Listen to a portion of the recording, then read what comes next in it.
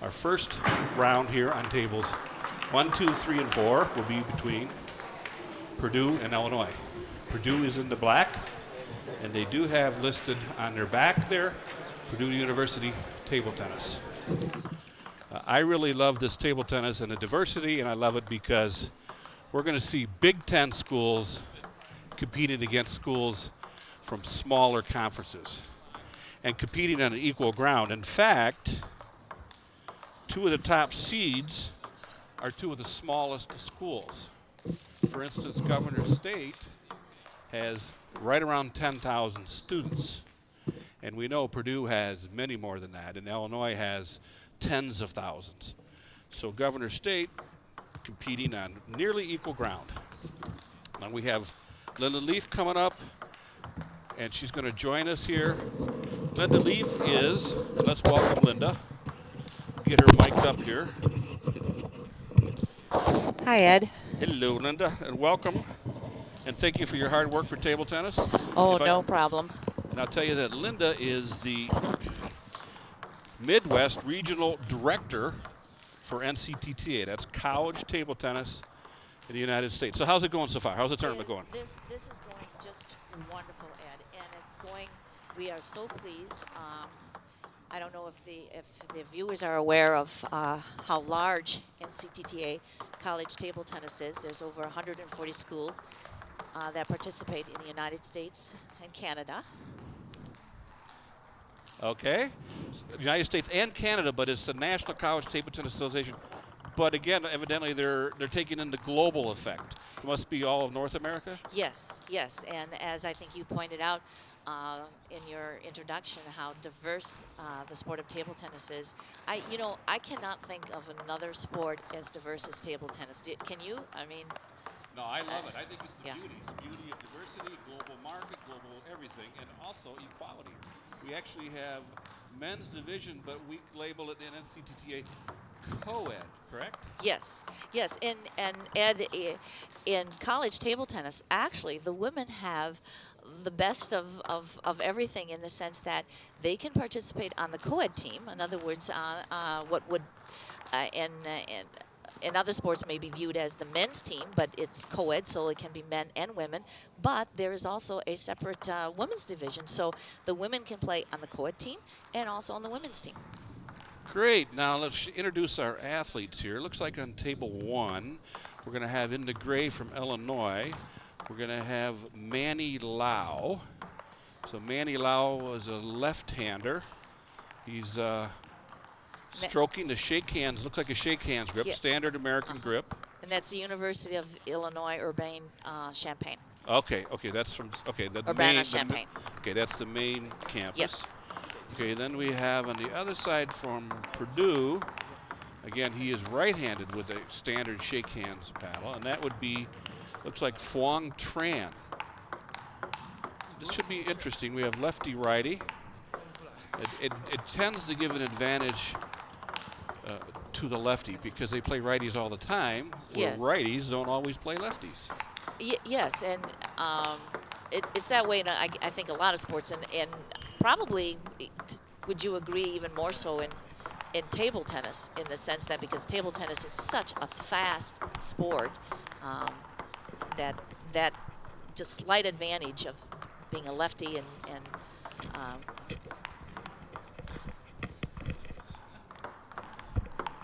Yeah, exactly right. And the other thing with the table tennis is when you have a left-handed side spin, it comes at you differently than from right-handers. So you're looking at some side spin, top spin that comes at different angles and different directions. Okay, on table 2, we have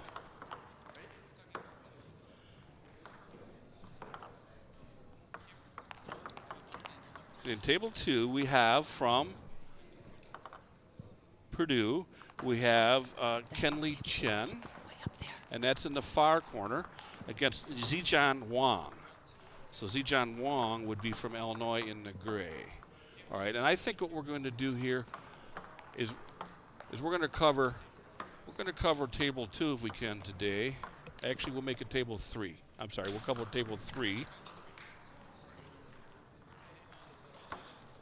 Okay. So table 3, we have Purdue against Illinois. Wow. See Purdue there in the black, he is a chopper. Purdue, that would be Chenyi Zhang in the black. So we have a chopper, right-handed chopper.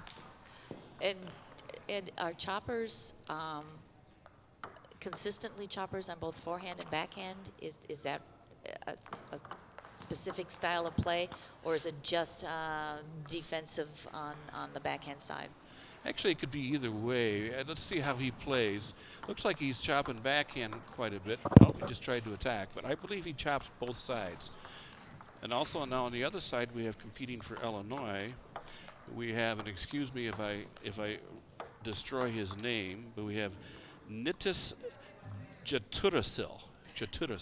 You know, that's if there is one disadvantage for diversity, and I can't think of any except for possibly sometimes you run into trouble with pronouncing the names. Exactly right. And so because it is such a diverse sport, you get players from all around the world, and unless you are have a really good talent for languages, it's sometimes hard. Yeah, this is going to be could be an interesting match. Let's see what the score is. It's 7-4 for the offensive player. That is Nitis. I do want to say that we're having umpiring done by players from other schools, so they're volunteering to come out and keep score for us. It's a good thing. This is a team effort all the way around. Now, in college table tennis, it is a team format, and a team, it can consist of anywhere between 4 to 8 players on a team, but a school can field a number of more than one team. But it's an interesting strategy because in each individual matchup against another school, I want to watch some of the action. Edge ball, yeah, yes. Edge, yeah, edge, and yeah. the defensive player is coming back. I believe it's 8-all now. 8-8, and he was down. Sometimes a defensive player, his goal is just to erode the confidence. Just continually erode the confidence of the attacker until he's no longer comfortable, and then hit the ball long or in the net. Boy. Wow, Look nice at those, point. yeah. So as I was explaining, it's interesting because there's strategy involved in this team concept, because in any particular team matchup, the captain of the team can vary who their players are going to be and who's going to be the number 1 singles and the number 2 singles. And I've seen on many occasions where that really can make a difference in a close matchup on what's going to happen. Sure, exactly. And I notice here that they're playing, is it now 10-9? And that finishes. So the scores now are to 11. I believe about 15 years ago they reduced it from 21 to 11. So each game is to 11 points, and they're playing the best 3 out of 5, correct? Yes, and you got to okay, win we're going by to continue and watch on table 1. Actually, both table 1 and 3 are taking breaks right now, and they're going to continue. They get a 1-minute break between matches, and then they can each take 1-minute timeout in the match. So they get a 1-minute timeout. They're actually not supposed to be leaving the court, and he's coming back now. So, okay, Purdue is returning to table 3, and that would be the defensive player. So Purdue, Illinois on table 3, beginning their game 2. Now tell us about how this works, Linda. This is one school against another, but how do you know when you won that round? Okay, in the team, again, going back, the team matchup concept, in any particular team matchup, or they call it a team tie, is the formal name of it, where your school team is playing against another school team. You have 4 players, and those 4 players each play singles. You have the number 1 singles player play against the number 1 singles in the opposing team in 2, 3, and 4. So 4 individual single matches. If a team wins 3 of those 4 individual singles matches, they win the team contest. Okay, so it's the first 1 to 3 wins. Yes. Gotcha. If it's tied 2-2, then they They play doubles. Ah, okay. And then they play doubles, and doubles is very exciting. And we had some doubles action this morning. There's usually at least some team matchups are going to go into doubles. Okay, so doubles actually, are they the same players or are they actually substitute players? No, they're the same players. It has to be any two of the 4 players that are in that particular team matchup. And that's what I was explaining before. On a team, you can have 4 to 8 players, but Okay. any particular team matchup, team tie, it's only 4 players.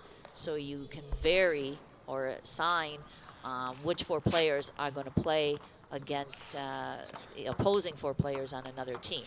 And again, there's some strategy involved in that, more than what you would think, and that's also what makes this format so much fun. Okay, so what we're doing here is we're trying to track 4 tables and see which school is ahead. Now I see Illinois has won the first game of the match on table 1, and I believe they won the first game on table 2, but tables 3 and 4 I'm not able to see. So on table 1, that is Purdue serving, and that would be Phuong Tran serving in the black. And now we have Mandy Lau serving back, the lefty from Illinois. He's a good attacker. Nice loop. He's up 1-0, but behind 7-6 in this game.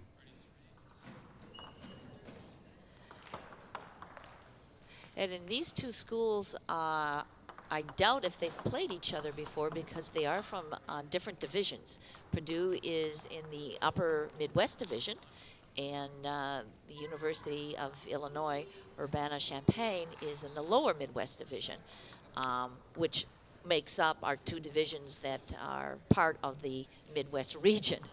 But they qualified from their division to make it to this event, the regional event. Looks like we're going to be tied at 1 here on table 1, as Purdue has taken a lead 10-6. Oh, nice shot. Yes. Misdirection. It's always been the toughest for me when I ever had to play lefties, is you don't know where the ball's going. And I'm not sure they know. Yeah, Nice I agree spin. with that, Ed. It's Nice spin. Now there's going to be in a match here. Okay, we got some competition happening. High toss serve. Ah, nasty serve. 11-8, 1-1 on table 1. So Purdue, Illinois are tied on table 1.